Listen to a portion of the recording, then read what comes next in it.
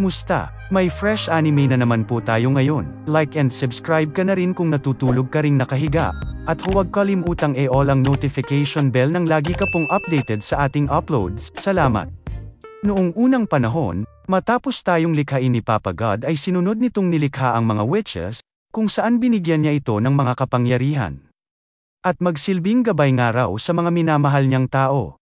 Malugod naman itong sinunod ng mga witches, ngunit sa kasamaang palad, fast forward sa kasalukuyan, ay pinagpapapatay na ng mga tao ang mga witches at hindi na nga raw nila kailangan ang mga ito. Dito na nga pinakilala ang ating batang bida, na apprentice ng isang witch na si Adonis, at ang master niyang ice witch na si Chloe, na namumroblema sa kung nasaan na nga raw ba sila. Nabwisit naman ang dalaga ng ibida ng ating bida ang cellphone nito na may GPS at pinag-alala na huwag nga raw itong gumamit ng weird gadget at baka mahanap sila. Pagmamayabang naman ni Adonis na siya nga raw mismo gumawa ng tinawag nitong smartphone kaya wala nga raw dapat ipag-alala ang master niya na matatrack sila. Pa-explain ng kaunti kung papaano niya ito ginawa at muling nagbida-bida na di rin ito kailangan ng battery para gumana. Tsaka panggurang nga lang raw ang mga mapang papel sa panahon nila ngayon, na kinabwisit na nga ni Chloe sabay batok na nga sa bida nating bida-bida. Bigla na nga lang nagbago ang mood ni Adonis at tinanong ang master niya sa kung bakit kailangan na lang nila lagi magtago, na sinagot naman ito agad na dahil nga raw sa witch siya. Since iba na nga raw ang tingin sa kanila ng mga tao ay pahirapan na nga raw buhay nila at nagbiro pa nga na tila ninja na nga raw siya imbes na witch. Bagamat nagmo-moment si Kuya Mo ay nagpatuloy naman na sila sa kanilang paglalakbay sa layon na makahanap ng lugar na pwede makimekos-mekes ang mga witch. Isang lugar na payapa ng happy na sila at nang makahanap nga rin daw sila ng isang eskwelahan para dito sa bida natin. Wala nga raw siya paki sa pag-aaral ika naman na nga ni Adonis at si Chloe nga raw ay sapat na. So type mo mas matanda sa'yo pagbibiro na naman nga ng master niyang tila pilit siyang pinapakalma sa sitwasyon nila. Sa isip-isip naman ni Adonis ay lubos nitong pinagtataka sa kung papaano nga raw nagagawa paring ngumiti at maging masaya nitong si Chloe sa sitwasyon nila ngayon, at dito pinabatid ang labis niyang pagkamuri sa Redia Empire, at uubusin niya nga raw ang mga tao gamit ang magic. Hanggang sa bigla na nga sila matigilan ng sa kung saan bigla na lang lumutang ang grupo ng mga tila militar na niradyo na nga sila na natagpuan na nga raw nila ang witch. Pamorma naman agad si Adonis ngunit pinigilan ng master niya at tutoy pa nga raw ito sa labanan, at dito na nga bomb-ira si Ate Chloe ng pangmalakasang ice magic. Samantala, nakaabot na sa Emperor ng Redia Empire ang balita kung saan ikinalulungkot nga raw ni Kuya Mensahero na natalo ang squadron nila na tumugis sa Ice Witch sabay nasipa na nga ito sa mukha, habang ang Emperor naman ay lubos ang galit at di nga raw niya hahayaang makatakas ang Ice Witch. Bagamat nagtagumpay si Chloe na pigilan ang kanilang mga kalaban ay inis naman ang nadama nitong bida natin, at bakit di raw siya hayaan itong master niya na makipaglaban, sayak ang yaka naman raw niya yung mga kalaban kanina. Ano pa raw silbi ng pagturo ng master niya sa kanya ng magic kung di rin daw naman niya magagamit? Sus naman Adonis uulitin ko pa ba, tutoy ka pa nga sa labanan, tsaka supot pa, abat may palabas-labas ka pa niyang espada mo wala naman nakalaban. Ribat peren nga si Kuya Mo at dahil daw ba sa tao siya, at dahil sa sobrang bait nitong master niya ay ayaw nitong kalabanin niya ang mga kalahi niya. Kahit ano pa nga raw galit na nadarama ng master niya ay pilit tinatago nito nang hindi nga raw kamurian ng bida natin ang kapwa niya mga tao dagdag pa nga nito. Gets niya naman daw yon pero di na nga raw niya matiis na wala man lang siya magawa para protektahan itong si Chloe. Inang yan, mahal na nga kita sa palagay ko, maging sino ka man, mo. Sabay walang ano-ano'y niyakap na nga ito ni Chloe at nagsabing ako din Adonis. Bigla na nga lang naputol moment ng dalawa nang biglang nagliwanag ang paligid at tila isang mahika ang nag-activate na lubos na nga nilang kinagulat. Lalo na itong si Chloe at maging mga witches nga raw ay di ito kayang gawin, ang isang long-distance teleportation magic and boom. Samantala, somewhere sa imperyo ay may pa-speech itong si Geraang na emperor, quote-unquote, panahon pa ng kopong-kopong ay umaasa na tayo sa mahika ng mga witches lalo na sa mga oras ng sakuna at kalamidad. Kaya naman lubos pinasalamatan natin sila at sinamba, ngunit kakibay rin ito ang takot dahil sa kapangyarihan nilang maging science ay di maipaliwanag. Pero iba na ngayon, lagi na lang ba tayong magmamakaawa at iasa sa kanila, di pa pwedeng mamuhay tayong wala sila at may dignidad, nyeta sila. O ngayon sandamakmak na ang airships natin na sanhi ng kawalan ng bagyo sa buong metropolitan, meron na rin tayong automatic trains na di tulad ng inang animal na mga LRT sa Pilipinas bulok, meron na rin tayong smartphone so san ka pa. Pangmalakasan na ang ating technology, at di tayo mahihina para umasa pa sa mga mekes-mekes hocus-pocus na mga yan. Oras na para supulan lahat ng witches at ipakita sa mundo na tayo ang supreme rulers. Hep hep, hooray!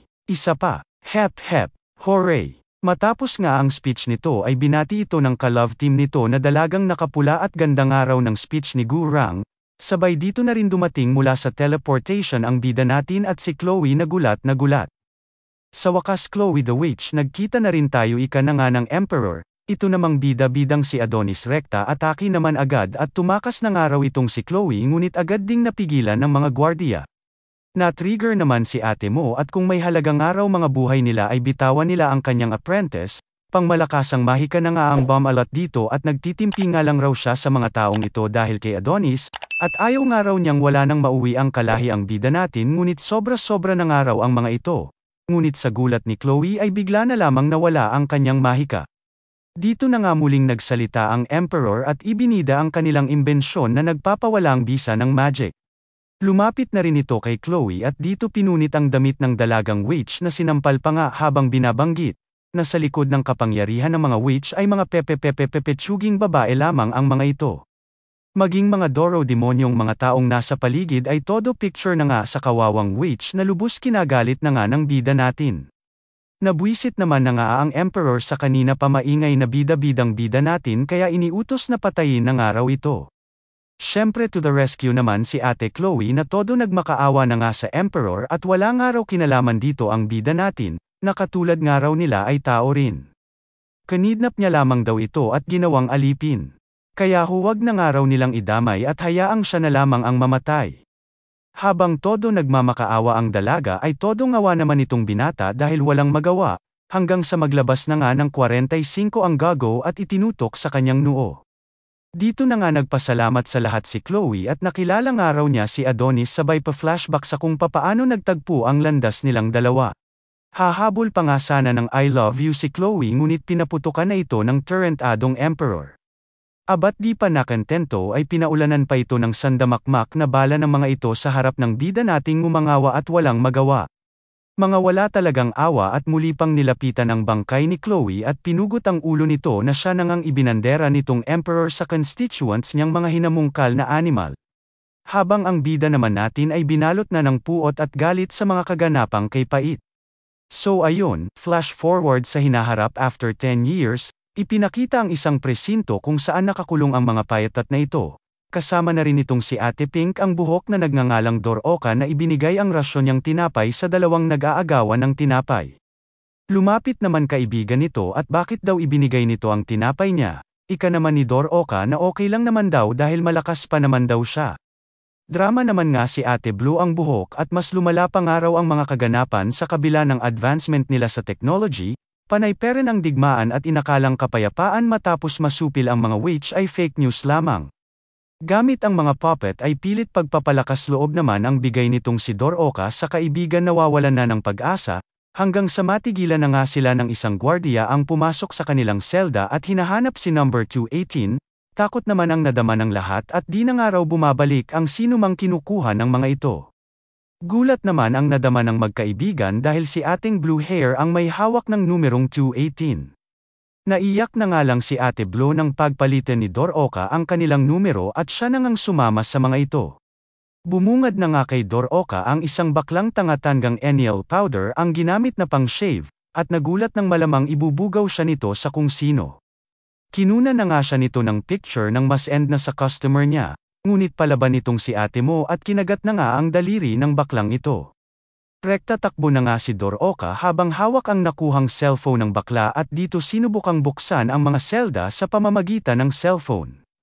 Sa kasamaang palad ay boses lamang ng bakla ang kinikilala ng cellphone, hanggang sa makailang ulit na pagtry ni ate ay nagawa na nga nitong buksan ang mga selda nang gayahin ang boses ng bakla. Kanya-kanyang takbuhan na nga ang mga preso habang si Doroka ay napunta naman sa isang misteryosong silid na naglalaman ng isang todo nakabalot at nakabakal malamami na preso na lubos pinag-alala na nga ng mga gwardiya ng maabyutan na itong si Doroka. Ngunit wala ng mga nagawa dahil huli na sila, at presong balot na balot ay sa kanila na ay sumambulat. Sakto habang nagpupumiglas kumawala ang bida natin ay saglitan nyo na muna like at subscribe natin lods, baka naman, hahaha, salamat. Wala nang ang sinayang na oras ang gigil nating bida at rekta pinagpapatay ang mga gwardiya sa kanyang harapan, maging si Doroka ay di nakaligtas at binaril nito. Binaril nito ang posas ng dalaga, hihi. Nagkagulo na nga sa preso at mga sundalo ay kanya-kanya ng deploy ng Makar Espande sa pagkatakas ng mga nakakulong. Panar-Espande na nga rin ng pinakilalang direktor na si Yamato pati na ng vice director na pinakilalang si Yuki ang patawa-tawa lang na blonde na lalaking ito na nagngangalang Ikhout na may malarobot na katawan. Nainis naman nga itong si Yuki sa lalaki at tila papetiks-petiks nga lang raw. Huwag mo na lang pansinin ika na nga lang ng direktor at mukha man daw itong tatanga-tanga ay isa ito sa mga executive ng imperyo. Samantala, lubos na bahala at nagdadadada na nga itong si Akla dahil maging ang storage nila sa mga nakumpiskang gamit ay bukas na ayon nga dito kay Kuya Guardia ay dahil sa babaeng nakakuha ng kanyang cellphone. iPhone 15 Pro Max fully paid nga raw yun kaya imposibleng mabypass ito ng slap soil na babae, na binara naman nga ni Kuya Guardia at nagawa nga raw megaya ng dalaga ang boses ni Manong Akla. Di naman nga makapaniwala si Akla at imposible nga raw mabuksan maging ang SS threat level long-term prisoner na chamber kahit maakman nga raw ng babae ang security system nila dahil wala siyang authority dito na lubos kinabahala na nga nito at papaano nga raw niya ito ipapaliwanag sa nakatataas. Samantala, nagmumuni-muni naman ang nakatakas nating bida sa kung saan, at dito na nga ginamit ang kanyang kapangyarihan na nagawang palakihin ang bala ng hawak niyang baril na pinatama nito sa isang building. Ito namang si Boy Robot ay pinagpapatay na lahat ng nabutang tumetakas at ibinalita sa director na wala nang araw dito si Adonis, maging si Akla ay di nakaligtas sa lalaking may amats ayon bungo ay butas di man lang nakapigles, habang itong si Doroka naman ay lubos nag-aalala at siya raw ang koza ng lahat ng makita ang malaking bala na gawa ng bida natin. Naging laman na nga ng balita ang balang sa building ay tumama habang ang bida natin ay naglalakad sa kalye ng imperyo na tanging nasa isip ay ang sasabihin ni Lablab niya sa sitwasyong iyon, na siyang nagbigay ngiti dito at sure nga raw pipigilan siya nito.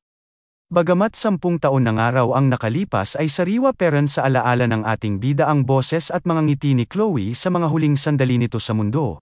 I love you too na nga lang ang nabanggit ni Adonis at naalala ang huling mensahe sa kanya ni Lablab niya sabay dito nagsama ng isang higanti bilang parte ng kanyang paghihiganti.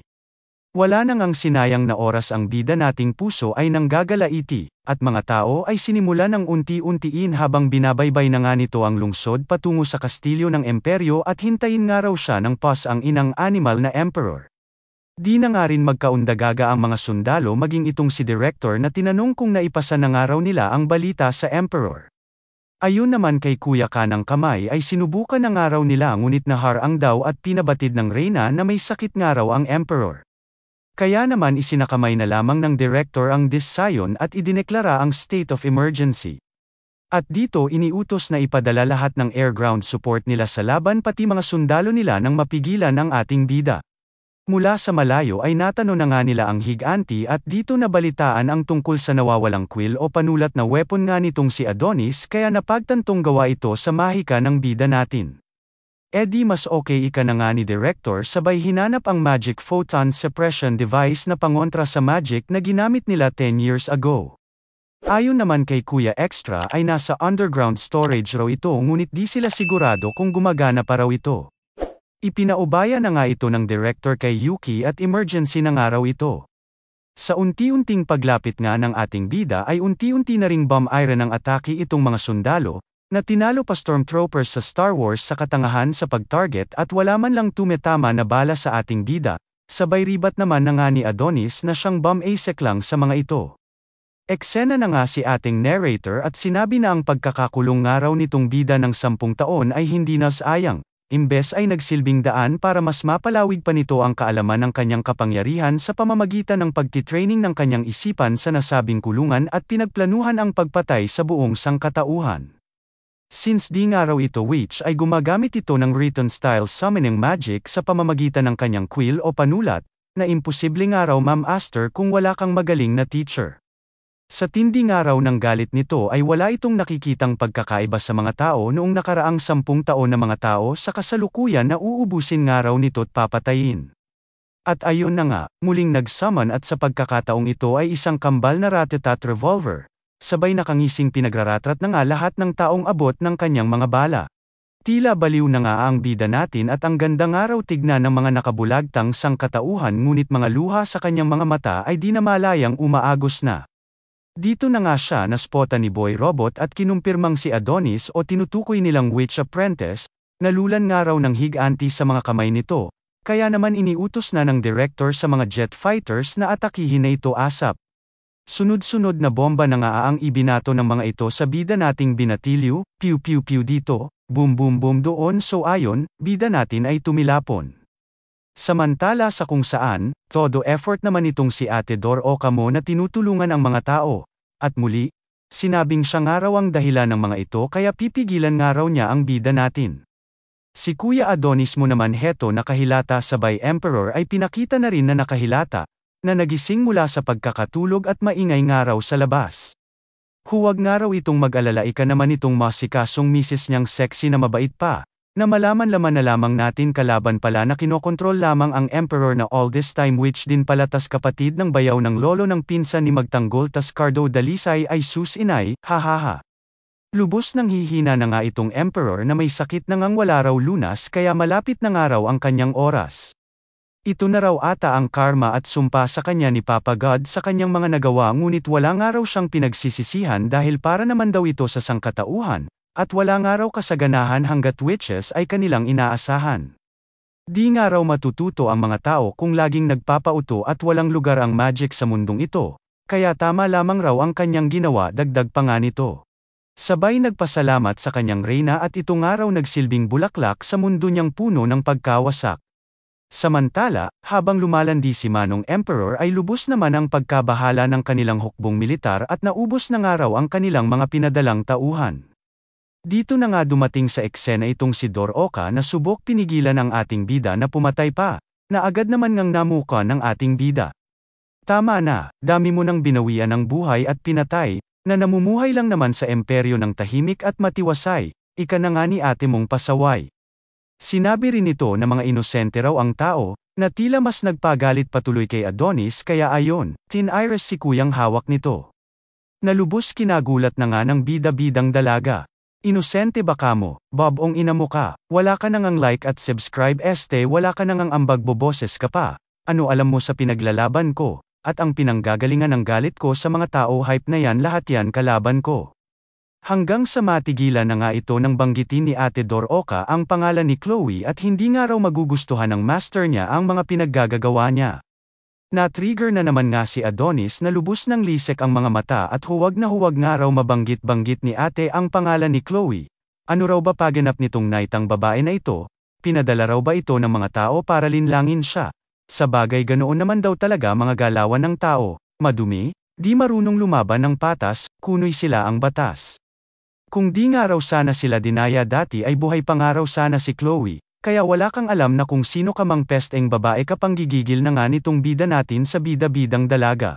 Kilala nga raw ang pangalang Adonis sa mundo ng witch dahil ito ang ipinangalan ng pinakamalakas na witch sa kanyang apprentice, at lahat nga raw sila na mga witches ay alam ito. Witch ka? Ika na nga ni Adonis sabay sinakal na nga ang dalaga, hype ka di ka talaga titigil sa mga kalokohan mo gusto mo finish ko na life mo dito. Ngayon papanggap ka naman na witch sa patay na nga lahat ng witch tanga. Paliwanag naman si Dor Oka na nakaligtas nga raw sila sa witch hunt, ribat naman ang galit na galit mong kuya at sa bakit di nila niligtas ang kapwa nila witch at hinayaan lamang itong mamatay. Sorry na nga lang nabanggit ni Dor Oka at noon daw kasi desperado silang lahat na makatakas. Ano pa nga raw magagawa ng sorry nila kung patay na si Chloe? Bumuzas na naman nga si ate at sinabing ibabalik nga raw nila si Chloe na kinatahimik na nga ng bida natin sabay pamorma na at napupuno na sa babae. Todo paliwanag na naman nga si Dor Oka na nagpunta nga raw talaga siya dito para iligtas itong si Adonis, nang magawa raw nilang muling maibalik si Chloe, at si Adonis nga lang raw ang makakagawa nito. Dami nang ang dada ni ate habang si Adonis ay tanging galit ang nadarama hanggang sa matigilan na nga ito nang hayaan na lamang siya ng dalaga na gawin ang nais niya, at naalala nito si Chloe sa dalaga. Dito bumigay na nga ang marupok na may kalungkutang puso ng ating bida at kung talagang magagawa nilang maibalik si Chloe. Oo naman nga si Doroka at niyaya na nga itong bida natin at di na nga raw siya nag-iisa. Kung kailan kumalma na nga si Adonis ay siya naman ngang pagkabaril ng dalaga sa kanyang harapan, nakagagawa ni Boy Robot sa kung saan. Pa-like at subscribe na rin Lods bago pa man magwala na naman bida nating baliw, hahaha. Salamat. Boom, pa-flashback na nga sa nakaraan nitong si Doroka noong panahon ng witch hunt. Kung saan lubos na nga nilang pinagtaka ang basta na lang pag-atake sa kanila ng mga tao. Dito na nga rin bumungad sa kanila ang makina na ito na ayon na nga dito kay Ate Pikit ay nagpapawalang bisa ng kanilang magic kaya pilitin man daw nila manlaban ay wala din namang patutunguhan. Iminungkahi na nga lang nito na umalis na si Doroka at ibalita ang mga kaganapan sa binanggit nitong Madam Ophelia. Bata ko lang sama na tayo ika na nga ng natatakot na dalaga. Sus ka naman Doroka kita mo ba may tama na ako sa likod ano uugod-ugod pa ko sasama sa'yo mamamatay na nga ako, o eto? Dalhin mo tong manika ng malibang kasadaan, basta sundan mo lang yung Star of Revelation tas may madadaanan ka mountains dyan sa tabi, takbo ka slight then mararating mo na mansion ni Madam Ophelia okay? O sige na takbo na, nandyan na sila babarilin na ako bye. Takbo na nga si ate mo sabay balik na sa present time kung saan nakahilata na nga ito't na baril. To the rescue naman nga si kuya mo at muling tinanong si ate kung papaano nga raw nila magagawang ibalik si baby Chloe niya. Ngunit bago pa man nga muling makapagsalita si Doroka ay may dumating na namang grupo ng mga kalaban na agad nang ang pinagraratrat ang dati ng may tamang dalaga. Buisit na yan lang ba role mo ate sa palabas na ta? Tagasalo ng mga bala ina mo sayang oras ko sayo. Sa buisit nga ng bida natin ay dadamba na naman sana ito ng atake, pero inunahan na ng mga praning na sundalo at pinagbabaril na nga siya ngunit sa gulat nila ay ibinalik niya lamang lahat ng mga atake nila. Maging si Boy Sniper ay walang nagawa at higanteng bala na nga ang ibinalik sa kanya. Pesting mga insekto kala nyo ba matatalo nyo ako ika na nga nang nanggagalaiti nating bida, kala nyo mamumuhay kayo ng payapa pagkatapos nyong patayin lablab ko, pakyu kayo gago. Uy sinabi niya po talaga yan, kahit panuorin nyo po full episode, haha. Samantala, lubos namang nababahala na itong director at sa isip-isip ay bilasan na nga raw nitong si Yuki na inutusan na nga niyang puntahan ang makinang nakakapawalang bisa ng magic. Nagawa naman na nga itong matunto ni Ate Yuki mo ngunit mas inuna pang ang kiligin at may matutulong na nga raw siya sa kuya niya. Ngunit sa kasamaang palad ay bumungad sa kanya ang grupo ng mga scientist na ito at di nga raw nila pwedeng i-activate ang machine. Rekta tawag na nga ito kay Director Yamato at dito ipinaliwanag na sa kabila nga raw ng naging tulong ng makina na ito sa nakaraang witch hunt ay may kaakibat nga raw itong epekto na hindi nila sinabi. Kung saan ang nilalabas na particles nga raw nitong makina ay nagsasanhi ng pagkasira ng cells ng sinumang nasa palibot nito, na napagtanto rin agad ni Director Yamato gawa ng mga nagkasakit nilang sundalo 10 taon na ang nakakaraan. Maging silang araw ay di maipaliwanag, at ang nakikita nga lang raw nilang dahilan ay ang particles na nilalabas ng makina ay may epekto sa katawan ng mga tao. Sa kasamaang palad nga raw ay wala ng witches sa kasalukuyan para muling balance iyan at ibalik sa dati ang kanilang kapaligiran, at unti-unti na nga raw na nawawasak ang kalikasan. Kung sakali nga raw na i-activate pa nila ang makina na ito at ma-expose muli ang mga tao sa mapaminsalang particles nito ay kitikets na nga lang raw every November 1 sa kani-kanilang puntod. Gusto mo pa sample? Tignan mo nangyar sa Emperor, di ba inasawa na kama niya bida-bida din kasi pab-ibong hype na Emperor na yan. O ngayong alam nyo na, alis na at magmamadyong pa kami. Bagamat todo explain na nga sila ate scientist ay wala peren talagang paawat itong si Ate Yuki at tumakbo na nga papunta sa makina. Natanging nasa isip ay ang mai-activate ang makina at mas importante nga raw ang kinakaharap nilang panganib. Wala naman ngang nagawa na itong si ate scientist kundi paalisan na ang mga kamadyong niya at sinundan na nga ang bida-bidang si Yuki. Pilit pagkumbinsi peren nga ito kay Yuki ngunit wala, pinesperen ni Ate Yuki mo na ma-activate ang makina sa kabila ng mga babala nila. Samantala, matik naman na nawala na nga ang magic ng ating bida na kinagulat na nga ni Director Yamato, at kala daw ba niya di nila i-activate. Ay wow tanungin mo tong buwisit mong bida-bidang kapatid. O ngayon dismayado si Gaga. Focus ka na lang dyan at ano pa ba hinihintay nyo, Pasko, Diyos ko mga buwisit kayo.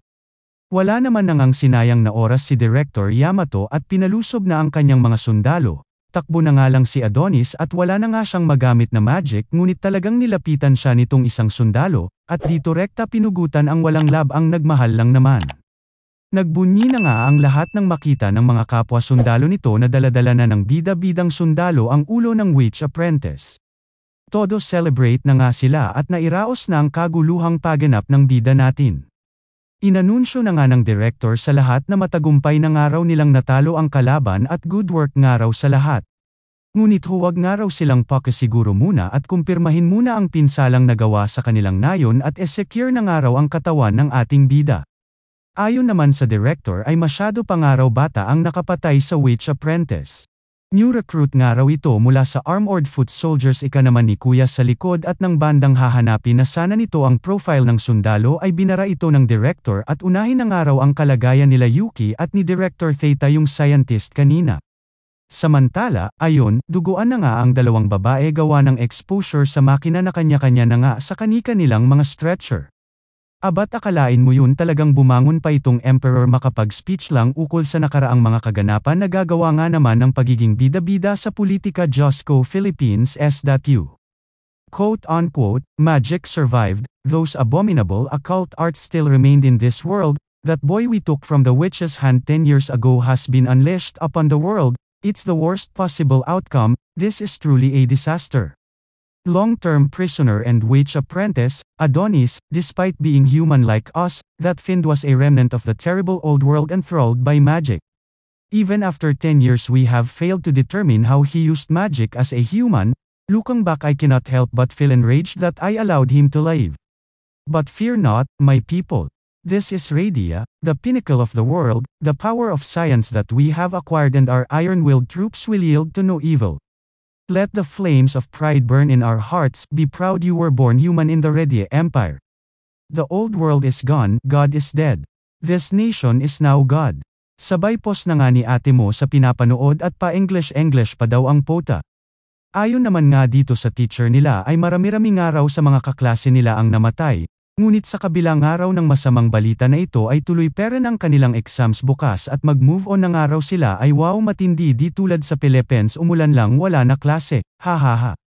Taas kamay naman itong si Kuya at tinanong kung bakit raw ba pumanig sa witches itong witch apprentice kung tao naman daw ito. Aba malay ko mang tanga naman tanong mo kaya ka laging bagsak, o siya, PN magpalit na kayo damit ika na nga ng teacher. Isang babaeng estudyante naman ang lumapit kay ate kanina na nag-YouTube at sinabing nakita nga raw niya ang ginawa nito. Nabwisit naman si ate nakaupo at nirebat ng katarayan ang lumapit na dalaga hanggang sa umalis na nga lang ito. Pakalabas ay dumiretso na rin si ate Mata Ray sa labas at doon nag-alay ng bulaklak sa mga namatay gawa ng nakaraang labanan. Dito na rin ito nagpahatid ng kanyang paumanhin sa tinukoy nitong Tukuma, na baka kinakamorya na nga raw siya sa kabilang buhay sabay pa flashback sa nakaraang trahedya. Kung saan walang pag-aatubiling iniwan nito ang kanyang jowa na naipit sa isang semento at tinalo pa runner sa pagtakbo. Tas ngayon sa kung anong di maipaliwanag na kalandiang taglay nito ay may pablush pa nga itong nalalaman at ang hot nga raw ni Kuya Adonis mo. Bigla na nga lang itong nagulat nang biglang lumutang sa kanyang likod ang isang lalaki. Natarante na nga si ate Makati at nagmamadaling idlit ang mga picture ng witch apprentice. Hala si ate okay lang yan huwag mo na idlit na hiya ka pa, huwag mo na lang sabihin sa iba para di ka mapatrouble ika na nga ng lalaki. Nabahala si ate dahil nakita nito ang insignia ni Kuya na tauhan ng kanilang gobyerno, ngunit huwag nga raw mag-alala si ate pagpapakalma naman ni Kuya sabay nagpaalam na nga ang malandi Makati si Pab-ibig. Pakaalis nito ay tumawag naman agad ang nagpakilalang si Oz sa kanyang mga tauhan at abangan ng araw nila ang isang high school student na naimpluwensyahan ng terorista na si Adonis. Dito na rin dumating ang isa sa mga tauhan nito na ibinalita dito na tapos na nga raw ang kanilang final check. Pinakita na nga na director ito ng kanilang National Intelligence na si Chief Oz Gorgeous, nakausap sa kabilang linya ang chief investigator ng kanilang agency na si Charmy na todo nagrereklamo dito at asan daw yung transfer request niya sa ibang ahensya at napapagod na nga raw siya sa mga trabaho ng kanilang ahensya lalo na't may boss siya na lagi siyang nilalandi at minamanyak. Anyway, ika na nga nito, dumating na raw yung mga analysis reports nila kaya bumalik na nga raw itong si Chief Oz, at dito nga raw nila nalaman na ang katawan ni Adonis na kanilang na-recover ay peke pala sabay pekite sa bida natin na damilat sa kung saan man ito ngayon. Sabi ko na may something kanina kay Ate Sundalo na namugot, kaya like at subscribe ka na Lods, para sa mga susunod, hahaha, salamat. Siyang tunay nga sa kung saan ay buhay itong nagpi-50-50 nating bida na napapalibutan ng mga kababaihang ito, na natataranta na nga't wala nga raw makakasurvive sa tinukoy nitong heterophase transfer.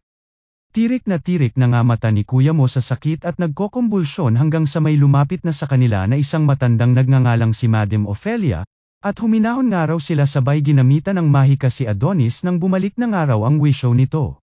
Mga alaala ni Chloe na nga ang nag-flashback sa isipan nito at nagpakalma dito, pinakita na rin POV niya noong nakaraang laban kung saan sabi ko na witch itong si Ate Sundalo, na nagpakilalang si Ana, na siya nang ang nagligtas sa kanya sa pamamagitan ng pag-duplicate ng kanyang katawan, sabay rekta binalot na siya sa isang malamami na bola-bola at ipinadala sa kung saan habang maluhaluhang naiwan itong si Ana at namatay nga si Doroka. Nagising na nga ang ating bida na lumuluha at lubos ng hihina, sabay nakatanggap ng yakap mula kay Tanda. Tinaraya naman ito ni Adonis at sino daw ba itong amoy alkempor na ito? Ayon naman kay Tanda ay nasa Nation of Witches nga raw itong bida natin. Umikot na nga si Adonis sa lugar ng naka-wheelchair at dito nakita ang sandamakmak na chicks este witch na naninirahan dito. Nagulat naman ang ating bida nang malaman na kakilala ng mga taga dito si Chloe na ayon sa mga ito ay naging mabait sa kanilang lahat kaya kahit papaano ay napasmile na rin ang suplado nating bida. Kalaunan nga ay muli na naman silang nagkita ni Tandang Ophelia at dito pinilit tumayo. Pinigilan naman ito ni Madam Ophelia at ang tinahak na biyahe nga raw nitong si Adonis ay lubos nagbigay stress sa katawan nito. Dito na nga napagtanto ni Adonis na ito ang responsable sa naging biyahe niya kaya tinanong kung ano daw ba nais nito. Nagkwento na nga si Tanda tungkol kay Chloe at ito nga raw ang pinakamalakas nilang witch, pinakamatalino, at bukod sa lahat ay pinakamabait. Ngunit sa kabila nga raw nito ay tinakwil siya ng Witches Nation. Tinakwil ng Witch Nation o pinaalis mo dahil sa nagturo ng magic sa isang tao singit na nga ng bida natin sa mga dada ng matanda na lubos kinagulat na nga ng amoy alkempor na matanda. So sinabi sa'yo ni Chloe ika na nga ni Madam Ophelia. Walang nagsabi sakin, amoy na amoy ko lang talaga kamalditahan mo ribat na nga ng ating bida. Kwento na naman nga si Madam Alkempor mo este Madam Ophelia mo na ang magic ng mga witches ay mahahalin tulad na sa kanilang kaluluwa, na nagsisilbing representasyon ng kanilang pananampalataya na ibinigay sa kanila ng Diyos may kapal para gabayan ang sangkatauhan. Di nga raw ito simpleng bagay lamang para ituro sa mga tao. Hanggang sa kumuha na nga raw ng apprentice na tao itong si Chloe na lubos nilang kinabahala. Hanggang sa huli ay pinilit nga raw nilang bumalik itong si Chloe at iwanan na lamang ang apprentice nito, ngunit hanggang sa huli ay sorry lamang ang natanggap nila mula rito. Sinupladuhan na naman nga ito ng ating bida at tapos na raw ba ito sa mga drama nito, at ano daw ba kailangan nito daming H.A. Borche. Dito na nga inilabas ng matanda ang kanyang quill na nagpatayo sa nanghihina nating bida. Tabi dyan tang ina, ika na nga nito sa parang-harang na extra at sinalo na nga ang quill niya. Ginawa yan ni Chloe para sa'yo di ba tanong naman ng matanda sa ating naluluhang bida. Ribat naman si Adonis kung nagtatanga-tangahan lang ba talaga itong matanda o talagang tanga lang. Tsaka ano Ophelia, mababalik nyo ba talaga si Chloe o hindi daming mga pasakali paghahampasin ko kayo titi? Oo naman si Madam Ophelia mo na kahit papaano ay nagbigay ngiti na nga kay Adonis, hanggang sa nagulat na nga lang ito nang makita ang kalawakan ng outer space. Paliwanag naman ni Madam Ophelia na wala nga raw sila sa Earth, at 10 taon na nga raw ang nakakalipas mula nang makarating sila dito na siyang naging mapayapang tirahan ng mga witches, at tinawag nitong Luna Milia. May patur pang ang ganap si Tanda at ipinakita ang libingan ng mga yumaong witches at kung ano-ano na naman na kwento chu bla bla bla puro dadakala ata bata ang ating bida na madadala niya sa istorya. Kalaunan ay dinala na nga siya nito sa isang puno na tinawag nitong mito, at tinanong na nga ang bida natin kung nakakita na daw ba ito ng mito dati. First time nga raw niya ika naman ni Adonis at di nga raw mahilig magkwento si Charlotte ukol sa mga ganito. Kwento na naman nga si Manay Ophelia mo na unisex nga raw ang mga witches, di tulad ng mga tao na kailangan pa ng katsuik-tsakan para makapagparami, sila na mga witches ay pinapanganak sa pamamagitan ng mga puno na ito. Nag-iisa na nga lang raw ang puno na ito ika naman ni Ophelia at sinunog na nga raw ng mga tao ang iba pang puno ng mito sa Earth.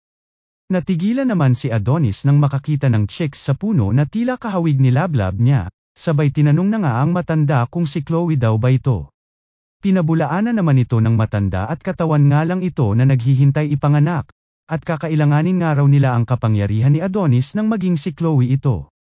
Ano ibig mo sabihin tanda ika naman ito kay Ophelia? Nagpaliwanag na nga si Madam Ophelia na ang magic nga raw ay sinasabuhay lamang ang iniisip ng sinuman sa mundo, at ang written style summoning magic nga raw ni Adonis ay kayang maisakatuparan ang anumang iniisip ng gumagamit nito pero nakadepende pa rin daw sa lakas ng gumagamit nito.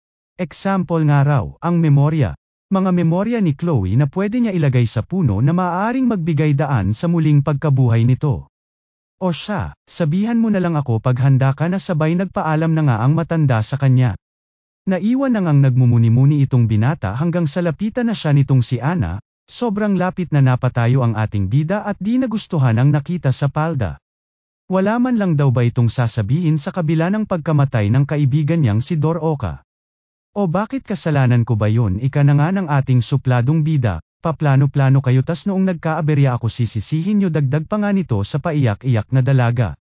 Kung ano-ano na nga dada ni Ate Ana mo kesyo napakamasarili nga raw ng mga tao, swerte nga raw nitong si Adonis at magagawa niyang ma-resurrect lablab niya, at nagsisisi na itinaya ang kanilang buhay para nga raw dito kay Adonis. Natigilan naman ang ating bida at rumbat kay ate.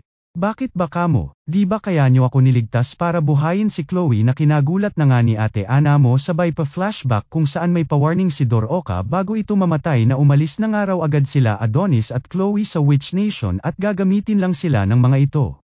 Pangmalakasan patirahan nyo dito sa nakakahinga naman kayo sa outer space, halatang halata naman na ginawa nyo ito para kulungan ng kung sakaling mga makikidnap nyo na tao. Natuturuan nyo ng written style summoning magic para lumaban para sa inyo dahil barely na lang at pa-extinct na kayo. At syempre kakailanganin nyo ang mga quill na tanging si Chloe ang nakakagawa, at syempre kakailanganin nyo rin ako dahil ako lang makakabuhay dito o ano gulat ka no tangina mo. Gulat na nga si ate mo sa mga narinig nito at lubos na atarante na nga. At ano daw ba gagawin ng ating bida? Todo nagmakaawa na nga ang nabuking na witch at tulungan nga raw sila kundi sayang nga raw ang pagkamatay ng kaibigan niyang si Doroka. Ate relax, napaghahalata ka masyado, bubuhayin ko pa rin si Chloe syempre, pero kung sakaling tanggihan kayo ni Chloe ay wala na ako magagawa, uubusin ko lahi nyo mga pab-ibing hype kayo. Kalaunan nga ay dumiretso na sila sa seremonyas na magbabalik kay Chloe sa tulong nga ng ating bida. Todo outfit na nga ang mga tanga habang si Adonis ay rumekte na sa kanyang spell at pinalabas lahat ng memorya ni Chloe.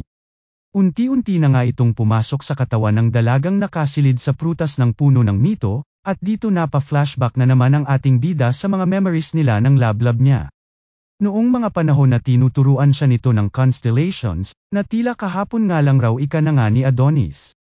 Pati mga panahon na supot pa siya at nakita niya itong naliligo, at dito nakita ang sandamakmak na peklat ng dalaga. Hala si Adonis naninilip na pagbibiro na nga sa kanya ng dalaga hanggang sa nang bandang aalis na nga sana siya ay bigla na lamang niya narinig ang iyak ng dalaga at nagpapasalamat sa kanya, sa di niya pag-iwan dito at sinamahan siya. Lahat ng memoryang ito ay napunta na nga sa prutas habang itong bida naman natin ay pang-ising-isi na at ninanamnam ang mga naalalang moments kasama si Chloe. Hanggang sa nagising na nga si Chloe sabay ng pagliwanag ng prutas sa kanilang harapan. Gumuhit na nga ang tuwa sa kanilang mga mukha habang bumababa ang katawan ng dalaga mula sa prutas ng puno ng mito, pero wait bakit pink ang buhok ng dalaga na lumabas mula dito? Hala asan si Chloe bakit parang si Doroka lumabas sa prutas? Like at subscribe ka na rin muna lods pampalubag loob doon sa nahambalos na dalaga kanina na parang harang, hahaha, salamat. Umiiyak na ngang binanggit ni Adonis ang salitang I love you na mensahe nito kay Chloe, at hinding-hindi nga raw niya ipararanas sa lablab niya ang paisting walang kwentang mundong ito, kaya naman imbes na si Chloe ay si Doroka na nga ang binuhay nito na lubos kinagulat na nga ng mga witches. Maging si Doroka ay nagulat din nang makita na nasa kanlungan na nga siya ng ating bida at napagtanto na nasa Luna Milia siya nang makita sila Madam Ophelia.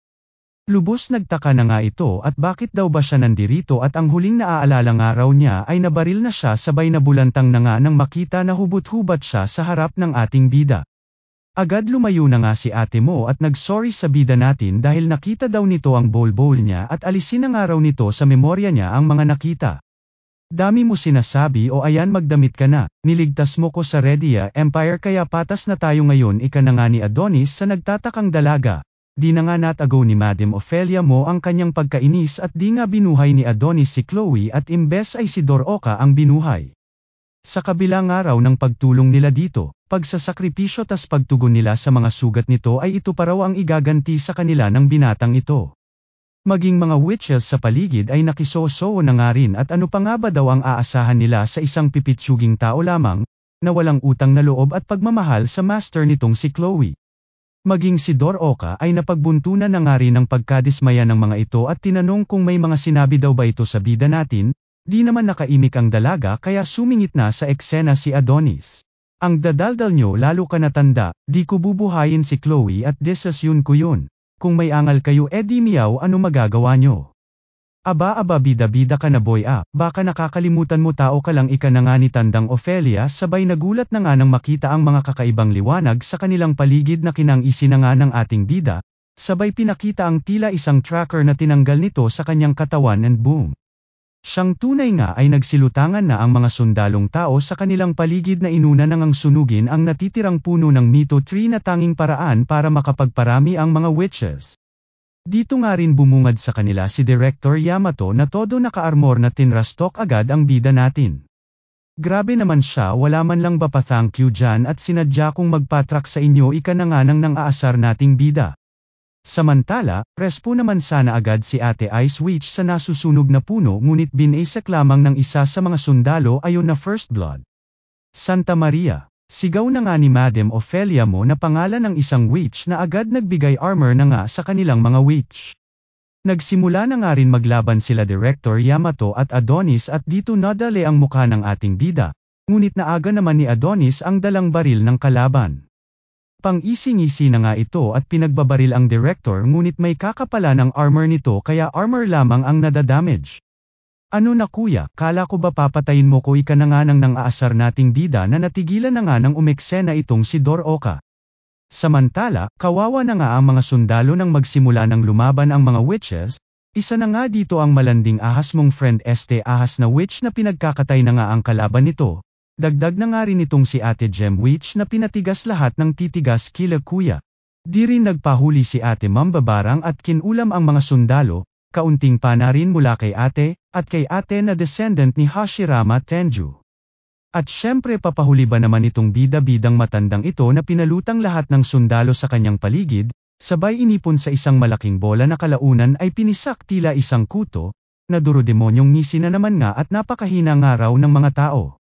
Di naman nagtagal ngiti nito nang makita ang pagdating ng mas marami pang resback ng mga tao kasabay ng unti-unting pagbawas ng kanyang mga kasamahan at napagtanto ang plano ng mga tao na i-outnumber sila.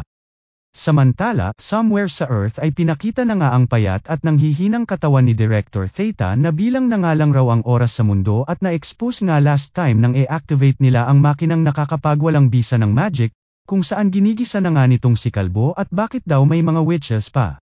Dito na nga may pa-presentation si ate mo na nagpaliwanag na sa nakaraang witch hunt nga raw ay nagawang makapunta sa space ng mga nakatakas na witches gamit ang kanilang mga satellite, sabay nag-sorry at di nga raw nila agad nalaman ng mas maaga. Anong sorry edi sana may buhok pa sana ako ngayon kung di ako na-stress ng ganito pisti kayo. Agency nyo na nga pinakamalaki ang allocated budget tas ganyan pa trabaho nyo ayusin nyo pag-uumpugin ko kayo ika na nga ng gigil na kalbo. Kulang pa kakarampot mong buhay para mabayaran ang kapalpakan nyo dagdag pa nga nito. Ingay mo taba, banggit na nga ng pang-ising-ising kulot na pinakilalang si Shiro Usagi, Director ng National Intelligence Agency at tapusin na nga lang raw nila ito at saka na lamang isipin ang tungkol sa mga iisipin ng mga tao. Pinasilip din ang nakatube na katawan ni Yuki na kasamang na-expose ni Director Theta sa makina kaya eto nakakoma. Na pinagmomomenta na nga nitong si Director Yamato. Nakasama nga raw niya pumasok sa bureau at naging vice director na pinakabata sa lahat, Pinabatid din ito ang pagkamangha niya sa kapatid niya sabay sinisi na nga si Director Theta sa mga nangyari. Aba umayos ka kuya yung kapatid mo yung bida-bida na pumindot nung device sa kabila ng mga warning ni Director Theta ina mo ka ay sorry nang gigil na naman ako, hahaha. Sige moment ka na ulit. 14 nga lang raw si Yuki at kasalanan nga raw lahat nitong si Adonis sabay bumalik na nga sa eksena ng labanan ng dalawa. Tumayo na nga ito sa kabila ng pinsalang natamo nito mula sa ating bida. Nagulat na nga lang si Adonis na bigla na lamang itong naging mala-flash sa bilis at naisahan na nga siya ng suntok. Ina mo kang hype ka, katapusan mo na ika na nga ng lubos ng gagalaiting si Director Yamato na namuti na ang mata sa galit. Pumorma na nga ito mala Samurai X sabay napa-imagine sa kanyang kapatid na si Yuki at mamumuhay nga raw sila ng tahimik matapos ang lahat ng ito. Isang pangmalakasang atake na nga ang binira nito sa kanila malabangke sa Bleach, na siya na ngang nagsihati sa lahat ng witch na nadaanan ng was-iwas ng kanyang espada. Bagamat mala Matrix na nga itong naiwasan ng bida natin ay iba naman ang paganap ng mga witches na naging mga manananggal. Maging si Doroka ay nahati din hanggang sa ipakita na naagapan naman pala ito ni Ana gamit ang kanyang spell, ngunit sa kasamaang palad ay nadali na nga si ate Ana mo na kinabulantang na nga ni Doroka. Todo iyak na nga si ate mo habang sa Earth naman ay lubos na mumroblema at wala na nga raw silang video feedback mula sa kanilang mga sundalo. Tama na, pwede stop na, mga salitang banggit na nga lang ng mabaliw-baliw na si Doroka. Samantala, patuloy pa rin nga ang balitaktakan nitong dalawang lalaki. At kesyo papatayin nga raw ni Director Yamato itong si Adonis anuman ang mangyari. Tanggal naman na nga ng jacket si Adonis at nagcast ng armor spell, sabay rekta na inatake ang kanina pa nagdadadaldal na kalaban. Sunod-sunod na atake na nga ang ibinira ng bida natin ngunit sa kabila nito ay nasasabayan pa rin siya ni Director Yamato, na kinamangha na nga ni Adonis at ang dami raw pautot ng science na pinagyayabang ng mga ito. Takot naman ang nadama ng mga buhay pang witches na nanonood sa paligid at tapos na nga raw sila for sure habang bida-bida pa rin nga si Tandang Ophelia at huwag nga raw silang susuko. Wa-epek naman ang salita ng matanda at wala na nga raw ang puno ng mito para maibalik o maparami pa ang lahi nila kaya for extinction na nga raw sila. Pilit pagpapalakas ng loob pa sana itong isang nakatayong witch at back-up-an nga raw nila ang nakikipaglabang si Adonis hanggang barilin na nga ito sa likod ng panibagong grupo na pinadalang sundalo. Samantala, todo effort pa rin talaga itong si Director Yamato na nilalabanan si Adonis, at ayon, nagbunga naman ang saga nito nang maisahan na nga ng saksak itong si Adonis. Pero syempre papatalo ba naman bida natin na naglabas na nga ng isang higanteng espada sa tabi ng kalaban na siya nang pumutol sa braso ng Director. Gru sa sakit at galit na nga itong Director habang itong si Adonis ay dinadama rin ang tama niya mula dito. Ayon naman sa bida natin ay nakikita nga raw niya sa mata ng kalaban ang galit at pighati na kanya ring nararamdaman, hanggang sa lapitan na nga siya ng Director at tatapusin na nga raw siya nito at napakadelikadong tao nga raw nitong si Adonis.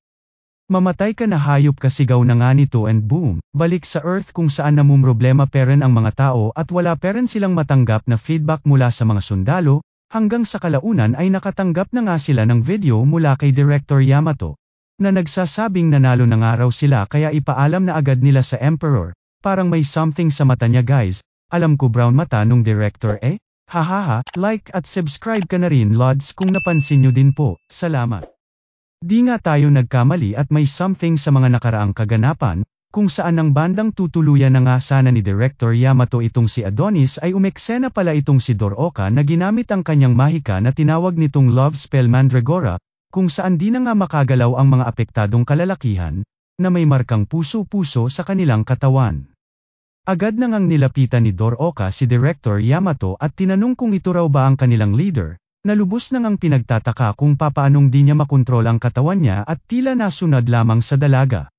Pilit na ngang nilalabanan ni Kuyang Director ang nasabing spell ng dalaga habang itong si Adonis naman ay todo sulsol na samantalahin na nga raw ni Doroka ang pagkakataon at tapusin na ang buhay ng Deyong hapon. Ngunit sa pagkagulat nila ay iminungkahi ng dalaga na tapusin na nga raw nila ang paglalaban-laban at imbes ay magbati na at magsikamayan.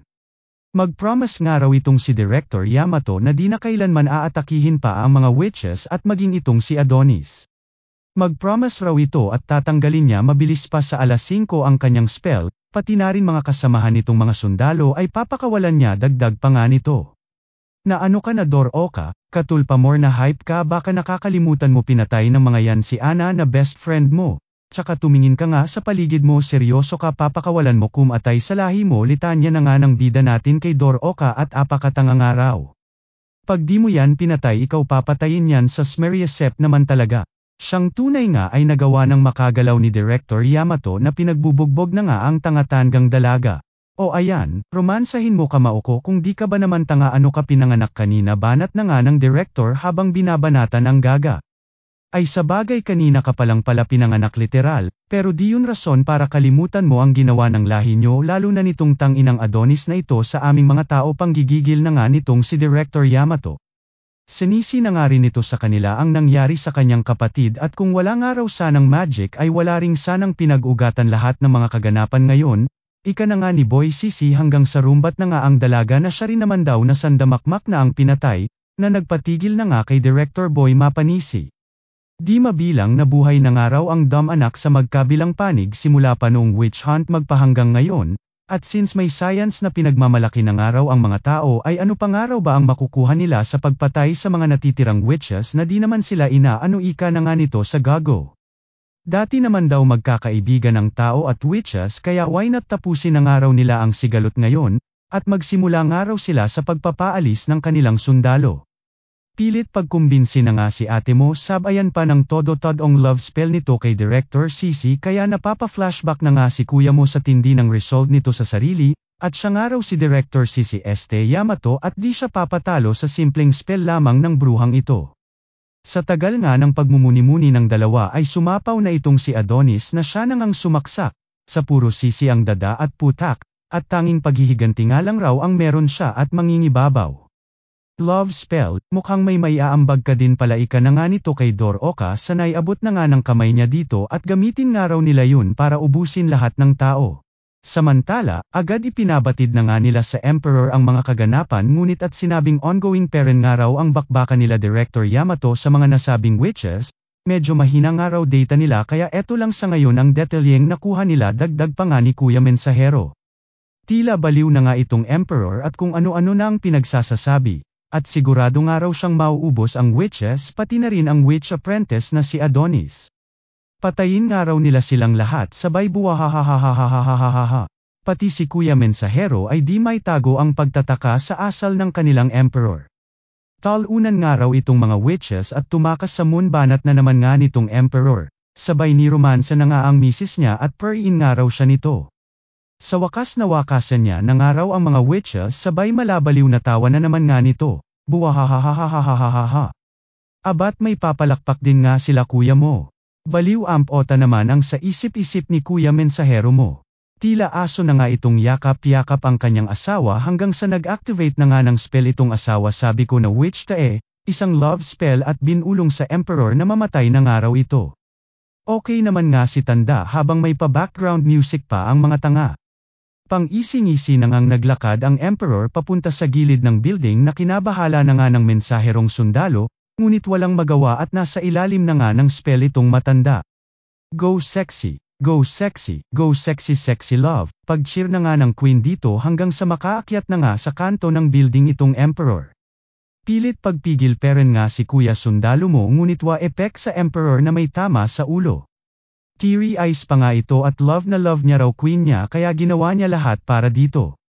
Sweet naman ang mister ko na yan, o siya mamatay ka na, ika na nga ng bruha, and boom, tumalo na nga ng building ang haring nabaliw. Back up guys, pagradyo na nga ni Kuya Sundalo at may witch nga raw sa kastilyo. Ngunit kalaunan ay nadali rin ang love spell nitong bruha kaya ayon, sunod sunora na rin kaya wala rin. Lumutang na nga rin sa eksena itong si Kuya Kulot last time na director ng intelligence agency na si Usagi, na kampan din pala nitong witch all this time. Na tinanong na nga nito kung may problema daw ba if pinatay niya na ang emperor. Okay lang naman banggit naman ni Usagi at wala na rin naman daw ito pakinabang sa kanila. Problema na nga lang raw niya ngayon ay ang mga kalahi niya dahil sa mga lalaki nga lang raw yung epekto ang kapangyarihan niya. Dagdag naman ni Kuya na kay Ate Bruja na nga raw ang buong mundo na pinabulaanan naman ng witch at alam naman daw nito kung ano talaga ang nais niya. Sabay pinaalalahanan na nga si Kuya Kulot na siguraduhin hindi na dummy ang dadalhin nilang katawan dito. Sure my queen naman sagot ni Kuya, na binara na nga ni Ate Bruja at di na nga raw siya queen kaya tawagin na lamang siya nito sa maiden name niya. Dito na nga pinakilala si Ate Witch na si Dorothea Greth, ang Witch of the Unknown. Samantala, balik kila Adonis na lubos kinokontra pere nitong si Dor Oka, kaya hinayaan na lamang munang mag-moment ang dalaga habang sinamantala ang spell nito sa mga natitirang sundalo, na isa-isang pinagpapatay na nga ng gago. Pilit mang nang lalaban ng mga sundalo sa spell nitong si Dor Oka ay wa-epek, na sinabayan pa nga ng kabrutalan nitong bida natin kaya maging si ate ay napatulala na lamang, na napaisip na nga rin na gamitin ang kanyang spell kay Adonis mapigilan lamang ito. Ngunit pumuporma pa nga lang ito ay binyantaan na ito ng bida natin at sige, gawin nga raw nito, kung nais nitong muling mamatay na nagpatigil naman nga kay Dor Oka. Kuya tama na maawa ka, pakiusap na nga ng mga sundalo sa nag-uurumintadong gago ngunit tinatawanan lamang sila at anong tigil-tigil friends ba tayo ika na nga ng gigil. Maging si Dor Oka ay pilit pa ring pinipigilan ang binata at wala rin daw magagawa at mababago ang pagpatay nito sa mga sundalo. At patuloy na cycle ng paghihiganti lamang ang ibubunga ng katangahan nitong mangmang. Huwag mo ko pangunahan at pangaralan, puro ka mouth kala mo naman kagandahan, pangit mong hayop ka manahimik ka ika na nga ng bida natin sa pakialamerang dalaga. Ayaw peren paawat ni ate at nakakalungkot nga raw at nakakasawa na kaya tumigil na nga raw itong si Adonis ngunit wala talaga, dead mamula kay Kuya. Rekta na nga nitong pinuntahan ang katawan ni Director Yamato kung saan isinagawa na nga nito ang paggaya ng boses nito at pagkuha ng mukha nito, na siya nang ang pinakita last time na pagtawag nito sa headquarters ng mga tao sa mundo sabi ko na sa inyo pula na yung mata at kakaiba. Nalubos nagbigay na nga pag-asa sa mga mangtangang tao at inakalang nagtagumpay sila at nanalo sa mga kalabang nasa buwan. Ayun na nga sa mensahe nito ay naubos na nga raw nila ang mga witches ngunit sa kasamaang palad ay siya na nga lang raw ang natira sa lahat ng kanyang kasama. Kaya mag-isa na nga lang raw siyang uuwi sa Earth dala-dala ang ulo ng witch apprentice. Lakas naman ang pakiramdam nitong si Director Theta at sinabing di nga raw si Director Yamato ang kanilang kausap, sabay pinakita na nga sa kabilang linya na suot lamang ng ating bida ang mukha ng napatay nitong si Director CCST Yamato. Matapos nga ang tawag ay buhay pa pala itong amoy alkampor na ito at sinabing ito raw pala ang plano nitong si Adonis simula pa lamang, at sinakripisyo nga lang raw sila para sa pansariling layunin nito. Hinayla na nga ni Adonis itong nagmo-moment na si Dor Oka at kakailanganin nga raw niya ang kapangyarihan nito, na sinampal na nga siya at gigil sa kanya. Hype ka ano sa tingin mo ang iisipin ni Chloe pag nakita kanya ngayon tanong na nga ng nanggigigil na dalaga sa ating bida? Wala talaga at deadma lang ang kuya mo hanggang sa palibutan na nga sila ng liwanag na nagpapahiwatig na nagsimula na silang e-teleport ng mga taga-Earth. Bye-bye Adonis patawarin ka sana ni Papa God sa lahat ng iyong kasalanan, ika na nga lang ng matandang witch sabay nag-sorry sa kanyang mga kapwa witch at di nga raw sila nagtagumpay na muling ibalik ang dignidad ng kanilang lahi. Palem World, Palem Universe, Palem Viewers. Samantala, sa headquarters naman ng Earth ay nakahanda na sila Director Theta na salubungin ang pinagdududahan nitong laman ng teleportation na si Adonis, at ipaghihiganti nga raw niya si Director Yamato sa Smeriasep walang katapusang paghihiganti. Kung ako sa inyo lads panggigilan nyo na lang like at subscribe ko dyan, hahaha, salamat. Gulat na nga ang mga tanga nang walang lumabas sa teleportation device. At ayon nga sa isang sundalo ay nalipat daw sa ibang lugar ang transfer coordinates kaya walang lumabas, hanggang sa dito ipakita na nga na napunta sila Dor Oka at Adonis sa isang desyerto, sabay pa flashback kung saan bago pala sila ma-teleport sa Earth ay muling ginamit nitong bida natin ang boses ni Director Yamato para mapalitan ang coordinates nila, na siya nangang nangyari ngayon. Samantala, wala naman nangang patumpik-tumpik pa itong si Adonis at dito na nga raw nila sisimulan ang paghihiganti nila. Aatakihin nga raw nila mula sa maliliit na mga nayon hanggang sa mga bayan, hanggang sa mapunta na nga raw sila sa Redia Empire ng Norte. Sa daan na nga lang raw sila manguha ng impormasyon kasabay na rin ang kakailanganin nilang mga supply. Moment na naman nga ang dalaga at gusto niya raw balikan ang iba nilang mga kasama, na kinabwisit na naman nga ng ating bida at wala na nga raw iba pang nakaligtas pa kaya huwag nga raw itong tatanga-tanga. Di nga raw yun totoo, ika naman ni Doroka na pilit nagmamatigas na ibalik daw siya ng binata sa kanila at puro nga raw paghihiganti itong si Adonis. May pamagic na nga si kuya nang mapakita sa dalaga ang mga nangyar sa Mon, ngunit wa epek parent sa pagkatigas-tigas na mekmek, na ayon nga kay Adonis ay kabaliwan kung iniisip nitong may pag-asa pang magkaayos ang mga tao at witches. Kwento na nga si ate mo na noon pa man daw nais niya na talagang makilala itong si Adonis, at kung anong klaseng tao ang piniling apprentice ni Chloe, na bagamat tao ay isang witch apprentice, na kinakitaan niya ng pag-asa at tila nagsilbing tulay nga raw sa pagitan ng mga tao at witches. Tignan mo, wala ka talagang alam sa akin, ribat naman ng ating bida sa nagdadramang dalaga. Diyos ko naman Adonis, hanggang saan ka dadalhin ng 20 pesos mo? Maging ikaw ay saksi sa galit ng mga tao at ng magkabilang panig, at kung walang magpaparaya ay wala talagang katapusan ang digmaan at paghihiganti. Dami mo dada at sinasabi, ate, kala mo ba meron ako pake? Ika na nga ng ating bidang lalaki, at mas importante nga raw ang buhay ni Chloe sa kanya kaysa sa buong sangkatauhan pa. At isasakripisyo mo lahat para dyan, tignan mo nangyari sa mga witches dahil sa galit mo, tignan mo nangyari at dinala mo mga tao doon, litanya na nga ni ate Doroka mo. Di nakabalik tayo sa Earth, di nagsilbi silang tulay sa mga plano ko, obvious ba, o talagang tanga ka lang talaga, ika na nga ng ating bida. Paano mo nagawa yun? Paano mo nagawa yun? Galit na ribat na nga ni ate sa bida natin at ginawa raw lahat ng witches doon makasurvive lamang sa witch hunt, tas gaganunin niya lang. Ginago mo kami, walang hiya ka Adonis. Pisti ka, kanina ka pa ang dami-dami mong dada. Ika na nga ni Adonis sa puro dad ang dalaga, at di raw ba nito nasaksihan ang pagkamatay ng mga kaibigan niya mula sa kamay ng mga tao at mismong sa harap niya pa. Walang hiyain mo yang mukha mo, di ka na nahiya sa mga buhay ng kaibigan mo, banat na nga nang nanggigigil nating bida sa bida-bidang dalaga. At bomozels pa talaga si ate at di nga raw sulos yun ang paghihiganti. Abat di ka talaga nauubusan, wala ako pake, tsaka wala na sakin, mawawala pa, stay. Nagulat na nga si Adonis nang dambehan na lang bigla ni Doroka, at nasasaka niya pa nga raw ang buhay na pinrotektahan ni Chloe. Gaano man daw kasama at kalupit ang mundong ito, huwag raw nitong hahayaang baguhin siya nito. Di ko sinasabing patawarin mo sila, ngunit kapag pinagpatuloy mo ang paghihiganti mo, ay mas lalo ka lamang wawasakin nito, di mo talaga ko nakukuha, ika naman ang binata. At ang paghihiganti nga raw niya ay ang patunay na siya ay nabubuhay, patunay na buhay pa sa kanya si Chloe, at pakiramdam niya raw mawawala ang existence ni Chloe kung ititigil niya ang kanyang paghihiganti, na siyang lubos niyang kinakakatakutan. Nahimitay na nga ang bida natin, gawa na rin ata ng mga dugong nawala dito hanggang sa kung saan ay may mga riders na ngang nakakita rito.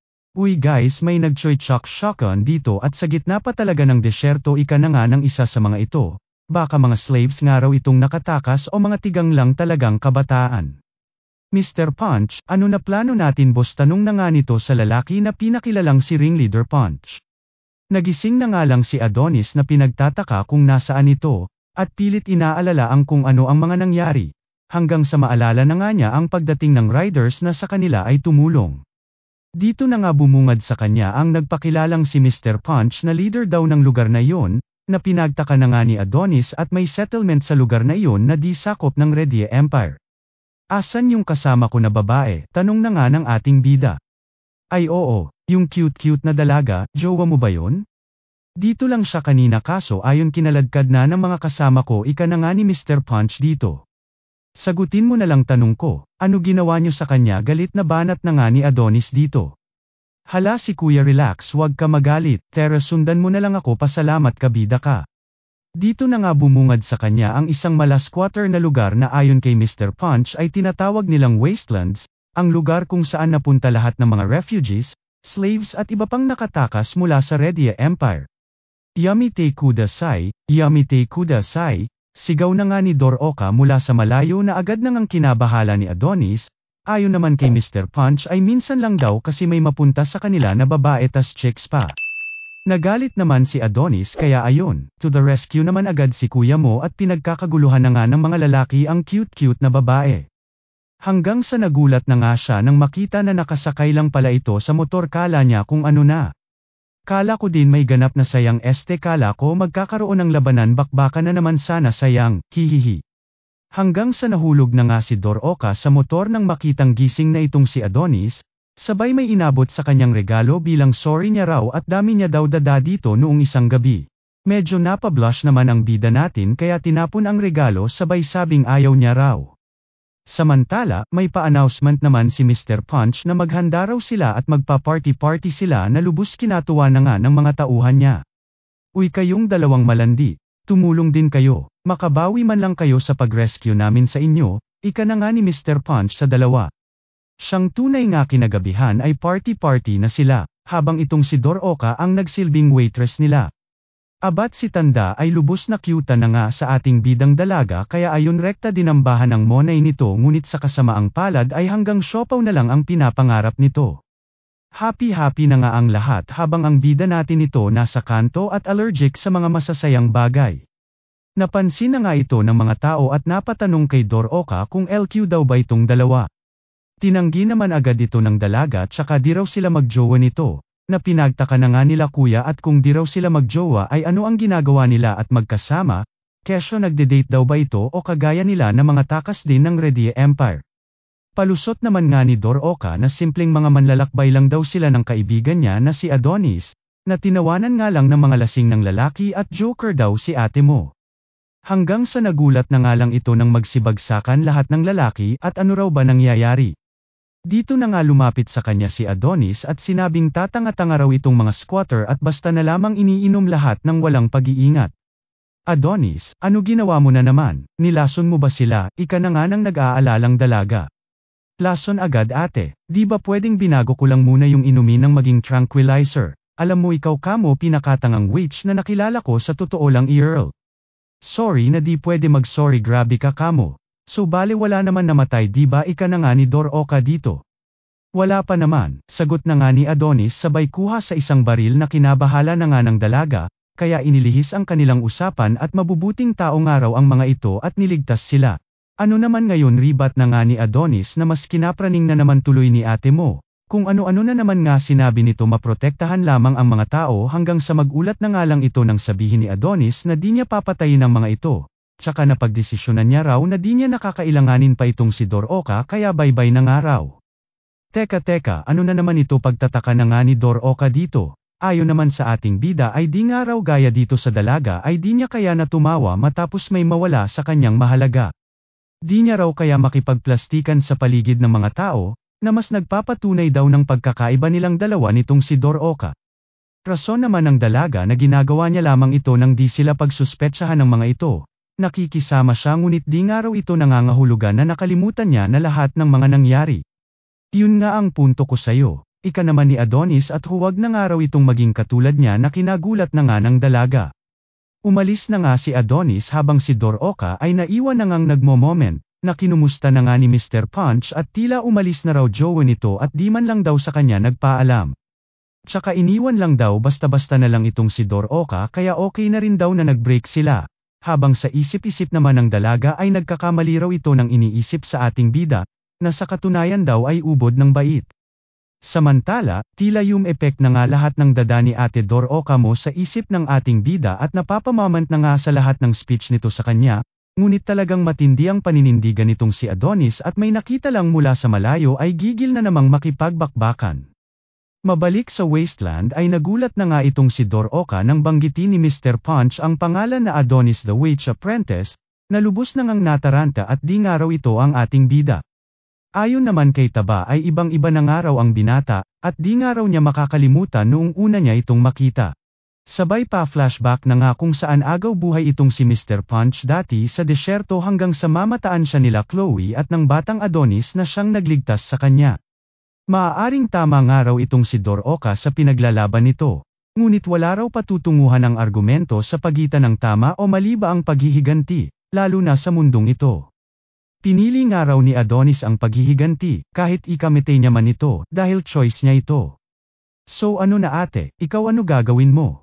Ika na nga ni Mr. Punch dito. Ayon naman sa dalaga ay ayaw niya nang may mamatay pa, at di nga raw niya hahayaang mamatay itong si Adonis. O ayun naman pala ano pa ginagawa mo dito nakikipagdaldalan ka pa sa akin bruha ka? So ayun, dito na nga nagulat si Adonis na ang natanong niya mula sa malayo ay ang pag-ibing dalaga na sinundan lang pala siya.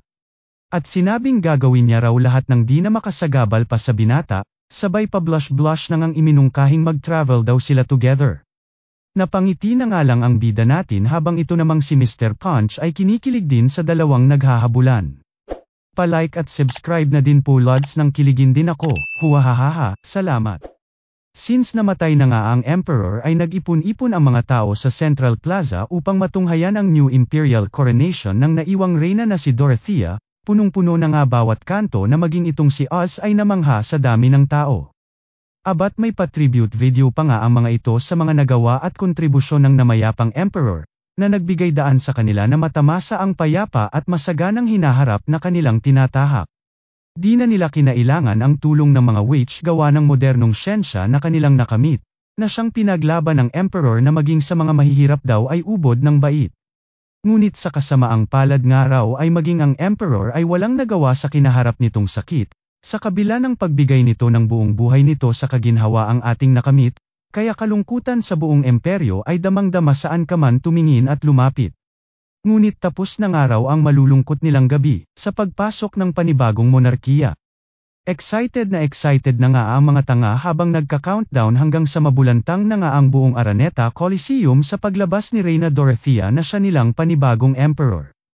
At todo pa-cute na nga na nagmala K-pop idol silang sinalubong. Abat kumanta na nga ang kitang-kita mo ang kalungkutan at namatayan ng asawa, at todo bigay na nag-perform tinalo pa Blackpink at New Jeans. Puso-puso na nga mata ng lahat ng manunood na tila nagkabaliw-baliw na alam naman nating kagagawa ng kapangyarihan nitong baliw na witch at tila sinimulan na ang world domination niya sa pamamagitan ng pagpapasikat online. At siyang tunay nga ay trending na trending si ate mo tinalo pa mga artistang naghihiwalayan kaliwat kanan ngayon. I love you Pacquiao kang ina mo, lagyan nyo tono, yan yung kinakanta niya promise hahaha. Abat iba din ang ate mo may pamulti-broadcast pati sa ibang bansa, na maging si Kuyang Panot ay nabahala, at ano na raw nangyari sa mundo. At tila may alam sa mga nangyayari, at sinabing pinatay ng mangtangang idol ang mga kapwa witch nito para lang masakop ang mundo bilang reyna. At gagawin daw lahat ng tinukoy nitong baliw na witch na si Dorothea ang lahat makamit lamang ang inaasam nito.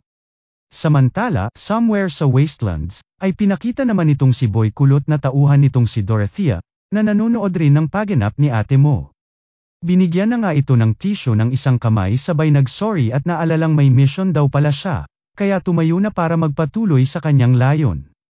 Ayun nga rito ay may katalinuhan daw itong si Adonis at sinira ang device na kinuha nito mula kay Director Yamato, kaya ngayon ay di niya nga raw tuloy magawang matrack. Pero ox nga lang daw at kung di niya madala sa dasalan edi papasan tayo ngayon boy ika na nga lang ni Director Shiro Usagi. Samantala, riding in tandem na nga ang ganap ng dalawa nating bida na binyahe na ang kalawakan ng desyerto, kung saan heart-to-heart talk na naman ang dalawa. Ayun nga kay Adonis ay wala nga raw siyang plano na itigil ang kanyang paghihiganti, kaya tinanong si Ate Doroka mo kung ano ang plano ng dalaga. Ribat naman ng dalaga na marami peren daw mababait na tao tulad nila Mr. Punch na tinulungan pa nga sila. So ano gusto mo gawin ko? Iwasan sila, bakit alien ba sila ika na nga ni Adonis dito? Paalala ko lang sayo na pinasama kita ngunit di nangangahulugan na mapipigilan mo ako, kaya umayos ka dagdag pa nga ng ating bida sa dalaga. Okay na nga lang ang dalaga sabay nagulat ng tanungin ni Adonis tungkol sa kapangyarihan nito, kung nakakakontrol daw ba talaga ng lalaki ang love magic nito. Oo naman si Doroka sabay nagulat ng muling tanungin ni Adonis sa kung bakit hindi ito ginamit ng dalaga sa kanya nung una pa lang nilang pagkikita, di sana mas madali raw ang mission nito dati na kidnapin sana siya. Imbes ay kinausap lamang siya nito, at hindi ginamitan ng kapangyarihan, na lubos pinagtataka na nga ni Adonis dito. Sagot naman ni Doroka na sigurado raw kasi siya na di ito magugustuhan ni Adonis kaya di niya ginawa. Sa bagay tama ka, baka sinapak pa kita sa isip-isip na nga ng ating bida. Kalaunan ay napadpad na nga sila sa isang tila abandonado ng nayon na nagngangalang Sandland, na pinagtaka na nga ng dalawa at wasak-wasak na at tila wala na nga raw nakatira. Nagpaalam naman muna itong si Adonis na mag-iikot-ikot muna raw siya, ngunit pinigilan ni Doroka at sasama raw siya dahil ayaw magpaiwan, kamo at ulo na nga lang bida natin sabay pinagtaka ang dalang bag nitong dalaga. Kwento naman ni Doroka na pabaon nga raw ito sa kanila ni Mr. Punch, at baka kailanganin nga raw nila sa kanilang paglalakbay, kung saan naglalaman na nga ng sari-saring kagamitan at pagkain. Ibinida pa nga ng dalaga ang isang kakaibang bola-bola ng snowman na nag-transform sa isang tent, at bilin pa nga raw ni Mr. Punch na magagamit nila sa malalamig na gabi bilang magjowa ay na-testing na nga raw niya ito kaya wala nang kailangan pang isipin ng binata, na ayon naglalakad na't umalis at kung ano-ano raw pinagsasasabi nitong dalaga. Lubos namang pinagtataka nitong si Adonis at wala raw siyang makitang bahid ng kung anumang kaguluhan o labanan na naganap sa lugar, kaya nagtataka kung ano ang nangyari sa nasabing lugar. Hanggang sa pasukin na nga nila ang police station na ayon dito sa binata ay pinakamalaking gusali sa lugar kaya dito naman sila mag-imbestiga. Sa kanilang pag-iimbestiga ay napapa-poker face na lamang ang ating bida sa gulat moments ng dalaga. Sunod-sunod at kung ano-ano na nga ang kinakagulatan ni ate mo na kinakabwisit na nitong si Adonis at imbes makapag-imbestiga sila ng maayos ay nananakit na tenga nito sa sigaw ni Doroka. Sorry na nga lang ang dalaga hanggang sa magulat na naman ito nang makakita ng isang hologram na inakalang multo raw. Sa takot nga nito ay napatago na sa likod ni Adonis habang pinaliwanag naman ng ating bida na isa lamang itong hologram. Sino si Mr. Hologram? Kakilala mo pala di mo agad sakin sinabi ika na nga ng tanggang dalaga sa napasasmeriasep na lang na binata. Tera na nga sarap mo ay sobsob sa taing buwisit ka ika na nga ni Adonis sa dalagang ayaw pa talagang paawat at kung di daw ba napapagod tumayo si Mr. Hologram. Abandonadong kwarto rito, abandonadong kwarto doon. Walang katao-tao ni anino ng multo ay wala silang makita sa gusaling kanilang pinunta. Natigilan na nga sila nang mapadpad sa mga kulungan at rehas at parehas nga raw silang walang magandang alaala sa nasabing rehas ika na nga ni Adonis kay Doroka. Nang magpatuloy na silang maglakad ay muli na namang natigilan nitong si Adonis na kinasubsab na nga ni Doroka sa likod ng ating bida, at may naririnig daw kasi itong si Adonis kaya tumahimik itong dalaga. Pinagtaka na nga ni Doroka at tila may kumakanta raw, hanggang sa nagulat na nga sila nang makita ang isang lalaking naggigitara sa loob ng isang kulungan. Kinausap na nga ito ni Doroka ngunit moment na moment si kuya kaya hindi siya marinig, kaya kalaunan ay sumigaw na nga ang papansing dalaga nang mapansin ang matandang naggigitara. Nagulantang na nga sa gulat ang matanda at sinigawan ba naman kasi ng bastos na papansing dalaga, at napatanong na nga kung sino raw ba ang mga ito. At ano raw ba ginagawa nila sa isang abandonado ng nayon? Tsaka buwisit ka ba't mo ko dyan ulat ika na nga ng matanda sa dalaga. Sorry naman si ate mo at simpleng mga manlalakbay nga lang daw sila na napadaan sa lugar na yon. Okay, so ano plano nyo? Tsaka kita nyo naman walang katao-tao na sa lugar na ito, bakit kayo nandirito tanong na nga ni Manong sa kanila. Ikaw, bakit ka nandirito binalik na nga ni Adonis ang tanong kay Manong at bakit siya na lang daw ang tao na nandirito? Kasi prisoner ako pamimiloso po na nga ni Manong dito kaya tumalikod na lamang ang ating bida. Poto tinatanong maayos ikaw na nga kumausap dyan Doroka paguntugin ko ulo nyo ika na nga ng bida nating nabwisit. Kwento na nga si Manong na nagsialisan mga tao dito gawa ng gear expansion, at napag-iwanan na nga ang kanilang lugar at masyado na raw old-fashioned matapos mawala ang mga witches.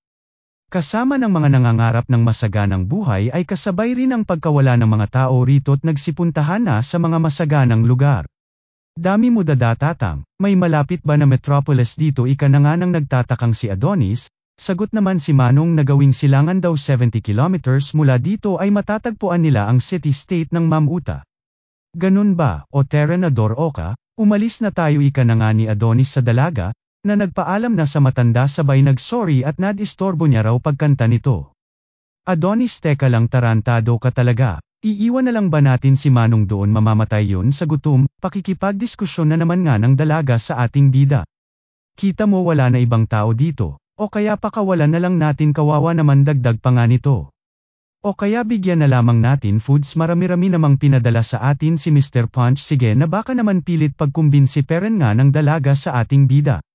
Sa smeriasep talaga Doroka, bawas-bawasan mo nga pagiging tanga, walang nakakulong dahil bukas naman yung selda, at di kailangan ng mag-asawa ang pagkain bagkus ay kalayaan at katahimikan na kinagulat na nga ni Doroka sabay pinakita ang bangkay na asawa ng matanda na pinag-aalayan nito ng kanta kanina. Na naiwan na nga nilang nagmo-moment at wala na daw ang mga taong nagkulong at nag-akusa na witch itong asawa niya, at mula nga raw ngayon ay magkasama na sila. Sorry at di nga raw niya na protektahan ang asawa niyang si Sasha habang sa labas ay todo moment din itong si Doroka nang mapagtanto na ang lahat. At dito na nga sila umalis papunta sa Mamuta. Sama nyo na rin Lods like at subscribe ko dyan, salamat, mo. Nang malapit na sila sa Mamuta ay muli na namang nagbakasakali itong si Doroka na pigilan itong si Adonis sa kanyang plano at kesyo mahihirapan daw ito sa kabila ng lakas nito. O kaya magbato-bato-pik na nga lang daw sila at kung sino ang mananalo ay susundin ng talo, at kung ano-ano pa nga ngunit walang epek sa walang pakeng bida natin, hanggang sa bumungad na sa kanila ang Sundamakmak na Dedemapa building man o billboard, na lubos kinagulat ng dalawa. Bigla ang preno na nga ang dalawa nang makakita ng isang babae sa gitna ng daan, na agad nilapitan naman ni Doroka sa kabila ng pag-warning ni Adonis dito. Hanggang sa kalaunan ay bigla na lamang nito dinambahan si Doroka buti na lamang at nabaril ng listo nating bida. Ayon naman kay Adonis ay isang araw itong Medowa o kung tawagin ay mechanical doll, ginawa para parausan ng sangkatauhan, at sakto sa gitna ng kanilang pag-uusap ay bigla na nga lang sila nakarinig ng mga helenghing ng tila mga nagtsutsyak-tsyakan sa kung saan, na nangangahulugan nga raw na di nag-iisa itong dumambas sa kanila. Punta naman agad si Kuya Mo at sinabihan itong nangungulit na namang sumama na si Doroka na maghintay na lamang, at sumigaw na lamang kapag may kaganapan.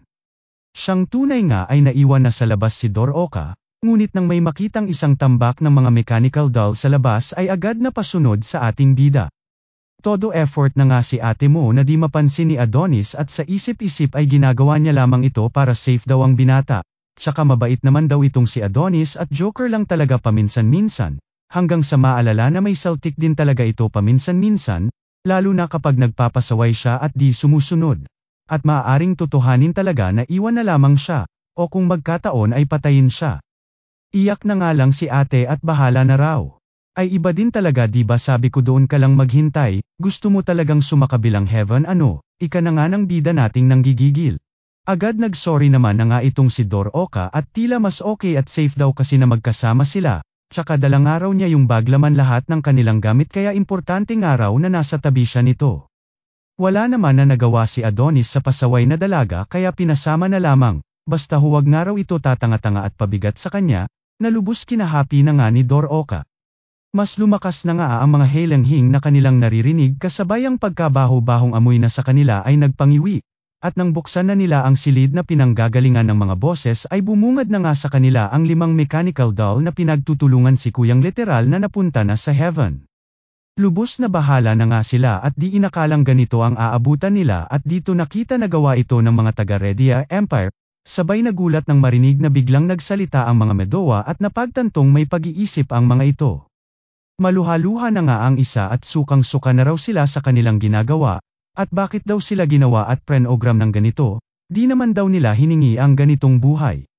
Walang ano-ano'y pinagbabaril na nga ang mga ito ni Adonis nang mapalaya ang mga ito sa hirap na kanilang dinadamdam, na Kelaunay nagpasalamat sa kanila.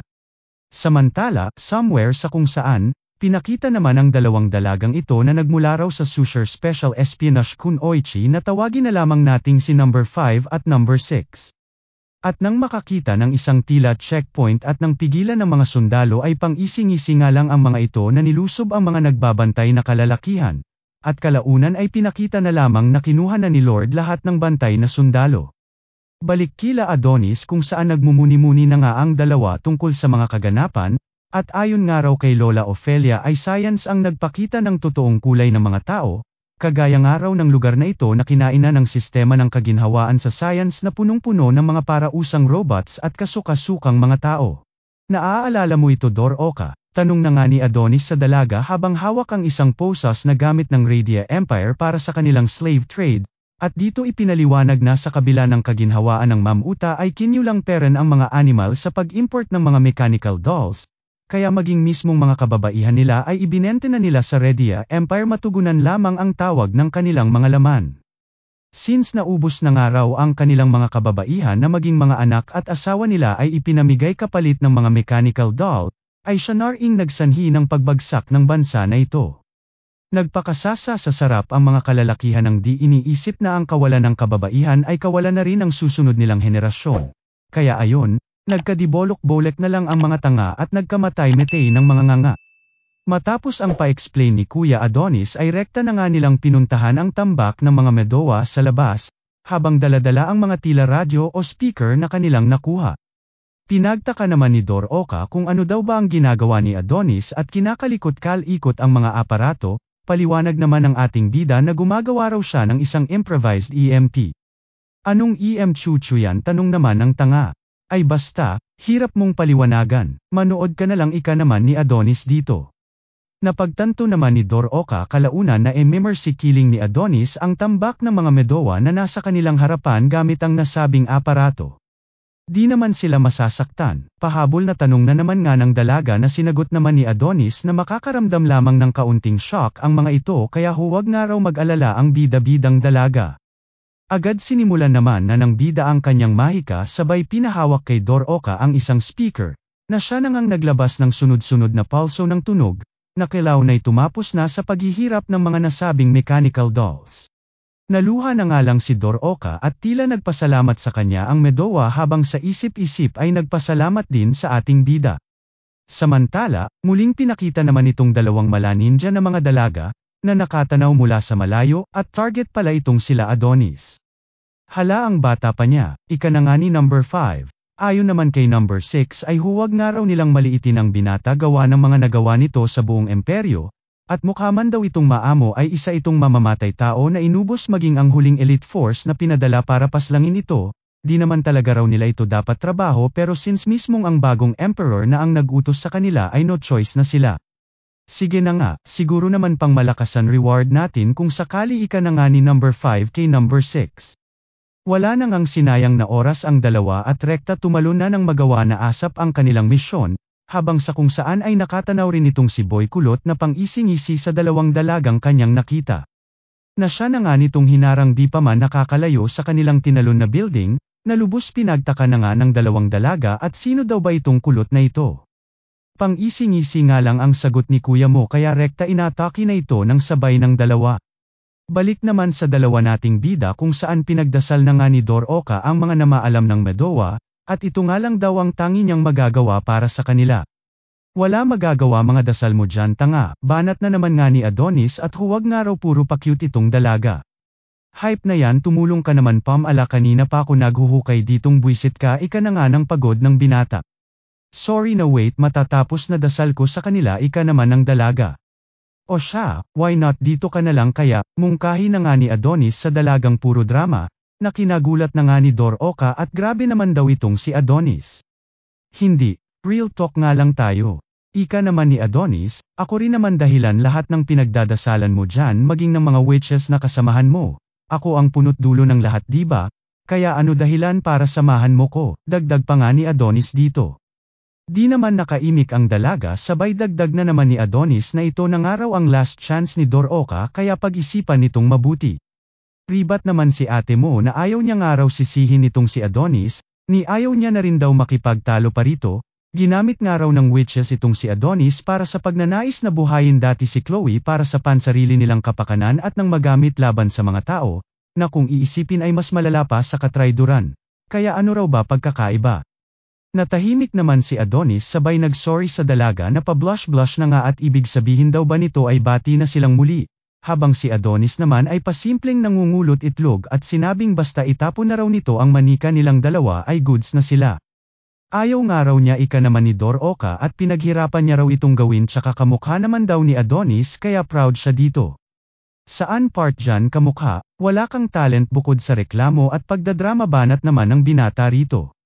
Abat ayaw paawat ni Dor Oka at sinabing may talent daw siya sa pagkanta, na di na lang pinansin ni Adonis nang matapos na.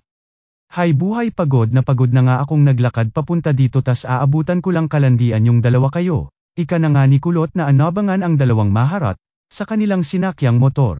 Sino katanong na nga ni Dor Oka habang itong si Adonis ay binanata na naman ito na alangan kalaban daw tanga. Sa isip-isip naman ni Adonis ay lubos itong nangamba at ambilas nga raw silang nahanap ng mga kalaban, habang itong si Boy Kulot naman ay nagpasiklab na at winasak ang kanilang motor. Sabay pang ising-isi na naman habang hawak ang ulo ng dalawang dalaga kanina na target din sila. Nagpakilala na nga ito sa kanilang si Shiro Usagi na nandirito raw para sa kanilang mga ulo. Sakto since nandirito ka rin Lods mag-like at subscribe ka na rin. Baka naman, salamat, hihihi.